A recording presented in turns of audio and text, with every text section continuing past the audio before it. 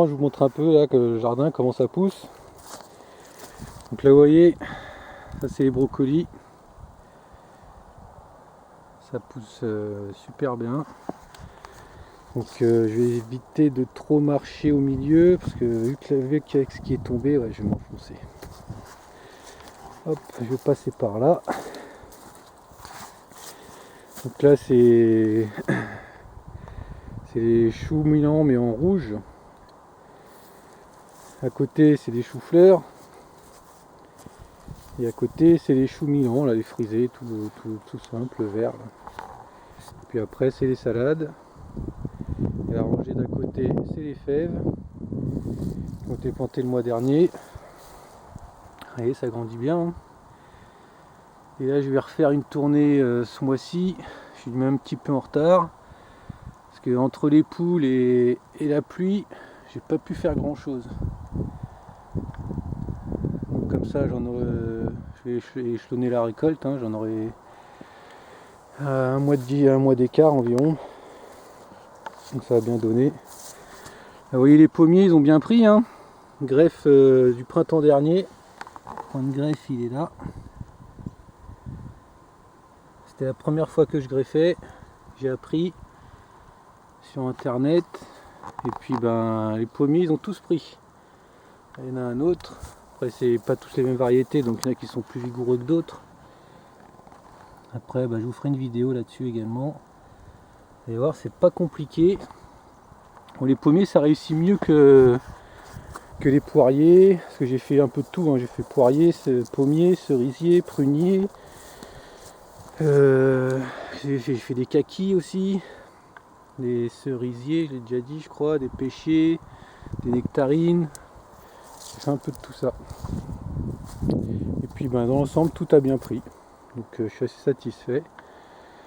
Donc ça c'est les fèves, les choux, les salades. Ici c'est l'ail. Il commence à sortir, je sais pas si vous voyez. Voilà, il commence à sortir un peu. C'est assez timide encore, mais ça sort. Donc l'ail c'est pareil, hein, c'est octobre-novembre, hein, pour une récolte au mois de juin et juillet environ. Donc c'est bien d'avoir son propre ail. Hein. Même maintenant l'ail ça coûte cher. Hein. Et en plus tout ce qu'on achète sont soit des maladies, soit des petits pourris ou tout sec. Alors qu'un bon ail frais, il n'y a rien à voir. Hein. Franchement, rien à voir. Au bout là de la rangée, c'est des restes de patates qui ont repoussé. Donc je les laisse. Et ça me fera une deuxième récolte avant les grands froids qui vont plus tarder. Là, vous voyez. Là, le point de greffe qui est là. Voilà. Donc là, toute la rangée jusqu'au bout. Donc je vous dis c'est 36 pommiers sur 2 rangées. Et à côté j'ai fait 36 poiriers sur 2 rangées. Et entre les rangées, en fait ce sera des pommiers palissés. Hein. Je vais faire des petites haies entre chaque rangée. Entre chaque pan de culture en fait. Ce qui va freiner le vent. Et puis ça fera, parce qu'il y a beaucoup de vent ici, et puis ça fera aussi un peu d'ombre en été. Parce que ici l'été c'est pareil, ça tape fort. Hein. C'est beaucoup de vent en hiver, même en été mais moins, et beaucoup de soleil en été. Alors ici c'est de l'oignon, pour une récolte de printemps aussi. Voilà, il y a les lignes elles font 12 mètres de long à chacune. Donc là il y a 2 rangées, donc ça fait 24 mètres d'oignons. Et au milieu j'ai mis des carottes. Vous voyez, elles sont en train de sortir. Donc voilà, ça fait carottes, oignons. C'est une très bonne association, hein. Comme on dit, l'oignon protège la carotte, la mouche de la carotte, et la carotte protège de la mouche de l'oignon. Cette année j'ai eu quand même un peu de mouche de carotte alors que c'était au milieu d'oignons, donc peut-être que ça limite, mais bon, j'ai pas encore essayé des carottes toutes seules, je vais voir si c'était pire. On verra. Donc là c'est, pour ceux qui connaissent, des graines de chia. Ma femme voulait que j'essaye, donc j'ai essayé. Mais j'ai peut-être dû les planter un peu tard, parce que là elles sont à peine en train de fleurir. Et à mon avis il va être un petit peu tard pour qu'elles fassent des graines. Donc on les laisse. Et on verra quoi. Bon, elles sont pas mortes, hein, elles ont l'air d'être bien encore, mais bon, on verra bien. Je pense que je crois que je les ai semées vers le mois de mai, j'aurais dû faire ça plus tôt. Cette année, je vais essayer peut-être un peu plus tôt, mais peut-être pas aussi long que ça, parce que j'ai fait 12 mètres. Et au final, pour l'instant, on n'a rien, quoi. Donc on verra. Donc bah là, vous voyez, comme je disais, chaque piquet, c'est des fruitiers, mais là c'est pas les pommiers, ce sera des grands arbres, parce que j'ai fait donc les fruitiers palissés. Et après, je ferai une coupure au milieu avec des grands arbres. Donc là, c'est les arbres qui vont un peu plus haut. Après, je fais des autres rangées avec des poiriers palissés. Et au bout là-bas, je sais pas si vous voyez, il y a encore d'autres piquets. Là-bas, c'est les cerisiers. Donc là, c'est pêcher.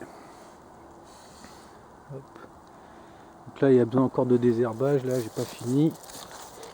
Tout a bien poussé avec la pluie. Donc maintenant, j'ai du boulot. Je suis assez pris avec les poules, là, les poussins, tout ça. Donc c'est le début de l'élevage. Hein, donc il y a tout à faire. Il y a encore le clapier à terminer. J'avais le poulailler à faire, les poussins à m'occuper. Voilà, maintenant ça commence à devenir de plus en plus autonome. Donc on va pouvoir laisser ça tranquille, juste leur donner à manger chaque jour, et puis voilà. Donc tout ça, ce que je vous montre là, c'est des pêchers, hein. Pêchers, pruniers, pêchers et nectarines. Là ici, c'est un kaki avec notre ami le chien dent qui est venu fourrer. Il faut que j'enlève tout ça. Le kaki il est là. Et par contre il est vraiment tout petit. Hein. Donc il a bien pris, mais il faut lui laisser le temps à lui. Et donc là c'est un deuxième kaki. Ça, il est déjà plus grand celui-là. Donc ça c'est variété Coro del Rei. Donc variété portugaise très sucrée. Très bonne. Et l'autre là qui est là-bas c'est la variété Tomatero.